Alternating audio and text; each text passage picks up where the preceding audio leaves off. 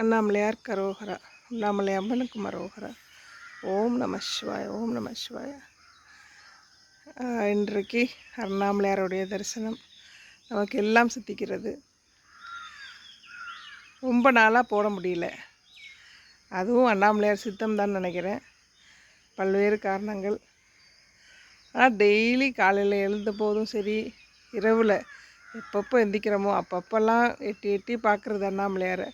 அதாவது ஒரு தாய் ஒரு குழந்தை தூங்குதான்னு பார்க்கும் தெரியுமா, நைட்டெல்லாம் அந்த மாதிரி தான் இருந்துச்சு.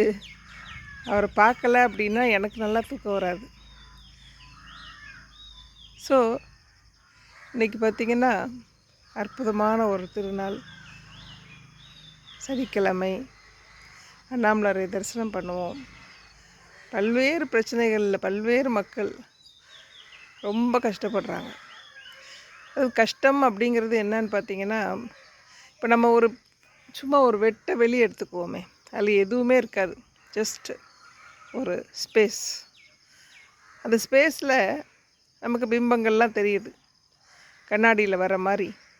இந்த மழையும் தெரியுது, கஷ்டங்களும் தெரியுது, எல்லாமே தெரியுது. சந்தோஷமாகவும் தெரியுது, கஷ்டமும் தெரியுது. இந்த மாதிரி அண்ணாமலையாரோட அருளும் தெரியுது, பொருளும் தெரியுது. அப்போது நம்ம அந்த ஸ்பேஸாகவே இருந்துட்டோம் அப்படின்னா அந்த பிம்பங்கள்லாம் வந்து போகிறது அது ஒரு பெரிய பிரச்சனையாகவே நமக்கு தெரியாது. ஏதோ அது பிம்பம் தானே, அது ஷேடோ ஒன்று உழுது போகுது, ஷேடோ உழுது போகுது. அது ஒரே இடத்துலையா நிற்கிது? கஷ்டங்களும் மாறிக்கிட்டே தான் இருக்குது, போய்கிட்டே இருக்குது, வந்துக்கிட்டே இருக்குது.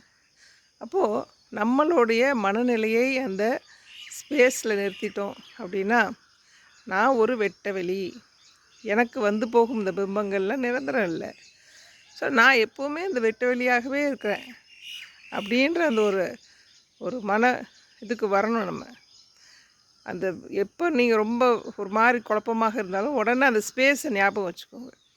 ஸ்பேஸ் தான் நான், வந்துட்டு போகிறது அது பாட்டுக்கு வரும், போட்டு நான் அந்த பிம்பத்தில் சிக்க மாட்டேன், நான் இந்த வெட்ட வெளியாகவே இருப்பேன் அப்படின்னு நம்ம மனசில் நினைக்க நம்மளுடைய ஆன்மீக அந்த வாழ்வு சிறப்பாக செயல்படும்.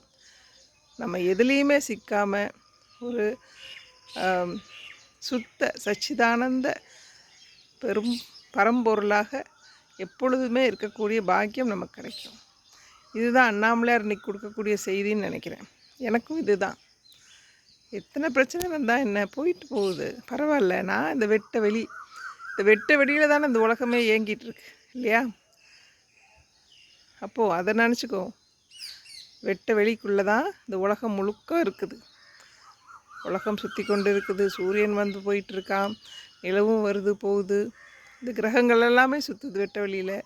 நல்லா யோசித்து பாருங்கள். நம்ம கிரக நிலை சரியில்லைன்னு தான் இது சரியில்லை இது சரியில்லைன்னு சொல்கிறோம். ஆனால் நம்ம வெட்ட வெளியாக இருந்துட்டால் கிரகங்கள் அதில் தானே வெட்ட வெளியில் தான் சுற்றிட்டு வரப்போகுது, நமக்குள்ளே தான் சுற்றிட்டு வரப்போகுது. ஸோ நாம் அந்த வெட்ட வெளியாக இருந்துட்டோம் அப்படின்னா நமக்கு ஒரு லிமிட்டே கிடையாது. பறந்து விரிந்து அளவிட முடியாத அளவு, அதாவது மெஷர் பண்ண முடியாத அளவுக்கு நம்ம இருப்போம். ஸோ அந்த மாதிரி ஒரு பறந்து விரிந்த ஒரு ஆன்மாவாக நம்ம மாறிட்டோம் அப்படின்னா எதுவுமே நம்மளை பாதிக்க போகிறதில்ல. எல்லாமே அற்புதமாக, ஆனந்தமாக, அமைதியாக இருக்க போகுது. ஸோ இந்த நிலையில் இருந்துட்டு நம்ம அண்ணாமலையாரை தியானம் பண்ணுவோம்.